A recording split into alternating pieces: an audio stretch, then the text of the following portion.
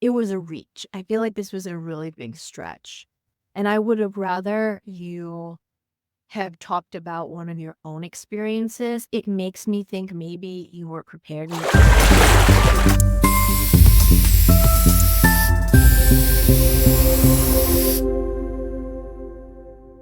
Okay, so in this student personal statement, they did note that they have no acceptance offers and they did apply late in the cycle. So at least they acknowledge that. And it does matter to apply the timing of when you apply. And they'd like to know how to change upgrade if there's a need for a reapplication. So let's go through this. I first highlighted here how many sentences started with this. I highlighted it in yellow. It was just something I picked up on. 1, 2, 3, 4, 5, 6, 7, 8, 9. There's a lot of this. I think your writing could probably use a little enhancement in terms of grammar and structure. And I think getting a little bit of help with that, whether from a writing center or someone like us. But I think that the writing wasn't, for me, it wasn't super strong. Okay. So you start off by putting us in this situation, a seed of you were 12 years old and you put on an ambulance and rushed to the emergency room. I was confused at first because this sentence, I thought that it was your mom who was having something happen to her, but then it was like, it was you. And I was really confused. I think I would just clarify that a little bit more. I tried. I tried. I don't know if I both. I don't want to say I don't know if I believe it, but was this really the moment you knew your life would change forever? Okay, I believe that with the seizure disorder, but how old? You were only 12, right? So I'd like a little more reflection as a 12-year-old, were you scared? How did the doctor relay this information to you? A little more reflection. Like, why was this a blessing in disguise? Say the medical condition I thought would close so many doors ultimately led me to my current path. I guess how? I'm not sure it's the strongest seed. And then you go into, you have the appointment with the neurologist. But my issue here is that you're still 12 years old, right? So now you're in the second paragraph of your personal statement, but you're still 12 years old. You had your first appointment with a neurologist. It needs to be contained in one paragraph. There's a lot that I assume has happened to you since 12 years old and now. And I just think to dedicate so much real estate to it is a lot. So you had some statements here with the neurologist. You recognize that not everyone is as fortunate as I was in finding treatment. Why? How? What do you mean by that? That's a very telling statement, but you don't back it up. Be careful with statements like that.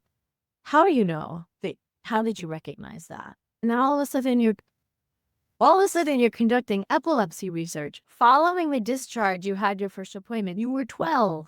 But then 5 sentences later, you're conducting epilepsy research? It didn't add up to me.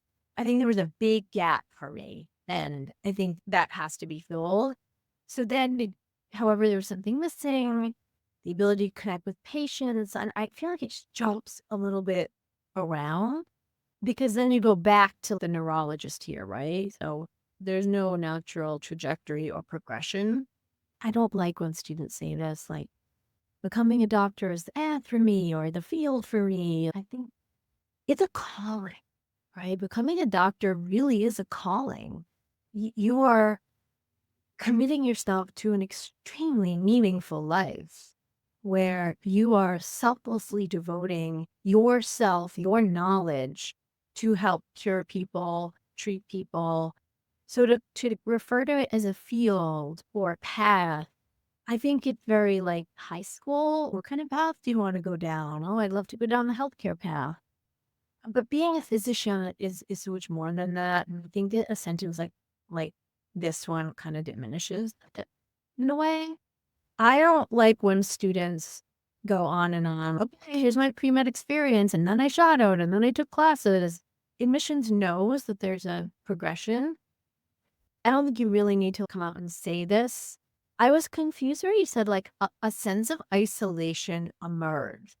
It was a big jump for me from you're 12 years old, then you're doing research, and now a sense of isolation emerged.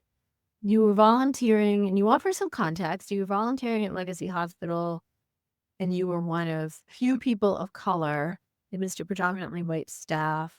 You felt alone, but how? Give me an example. What happened here? Was there a particular encounter? Why did you feel alone? You're throwing that out there. I was isolated. I was alone, but how? Why? And then wondering if you belonged in this field. Again, the field, it just diminishes medicine for me.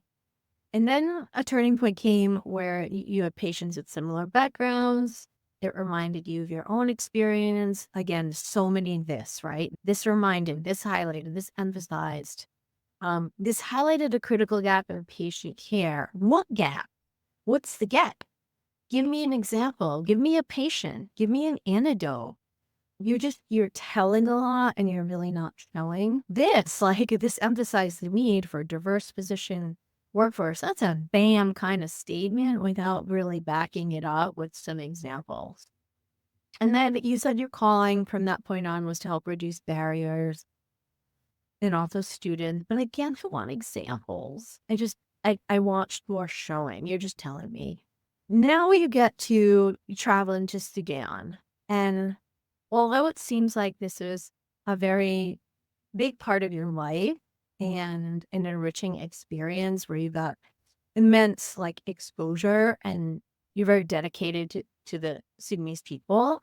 And I was a little confused. Like this whole story here, where you had a family friend whose son needed surgery, that didn't directly happen to you. That happened to your family friend, their son. It's so far removed from a direct clinical experience.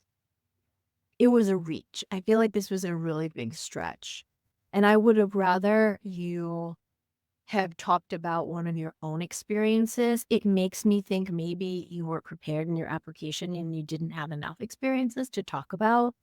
But to talk about something that didn't just happen to you and didn't just happen to your immediate family and didn't just happen to your family, but a family friend, it's so far removed. And it's just, I don't think it's close enough to you, right? You went on a trip to Sudan. I feel like this got very political in a way in terms of the ISIS terrorist organization and basic human rights and violations and war-stricken areas. You could be a volunteer and help with organizations where issues like this. Why does it have to be medicine? And I think that message is lost in this paragraph. You revived this Student for Refugees program, right? But how did you make a positive change in the lives of those fleeing instability and violence? And was it related to medicine? Wasn't it healthcare? Give me an example. While you were helping immigrants and refugees, did you have a particular person you helped? You're just throwing things out there, but you're not backing it up. Okay. Once I am a doctor, I plan to volunteer part of my time for medical mission trips. Okay. But again, none of this is in the United States. And I think it's okay to have global experiences, particularly if it's tied to your own upbringing and your own background. But you have to remember that you're applying for admission to medical schools in the United States healthcare system. So you took up a lot of real estate here, talking about something that really wasn't directly happening to you, really wasn't directed to healthcare in a way, or you didn't give evidence of that, and it wasn't in the United States. So it's okay, I think, to talk about an experience abroad, but you also have to balance that with things that you did in the United States and patients you've seen in the United States. And I haven't seen that yet, at all. Okay. So it's a big hole. And now it's the conclusion. I don't know, this harrowing experience. I feel like that's a stretch with that adjective. You didn't give a lot of examples in this personal statement of your own experiences clinically in the United States. So I think that's a big hole. many physicians in my community, again, in your community in Sudan, right? Is it not tied to the United States? I also aim to leverage my knowledge and serve those in war-torn regions. How? I just felt like there was a lot of stretching here. There was a lot of telling, not a lot of showing, not a lot of examples in the United States. You really didn't talk a lot about your own experiences, except for one major one that was abroad. And I think that your personal statement could have been a lot stronger.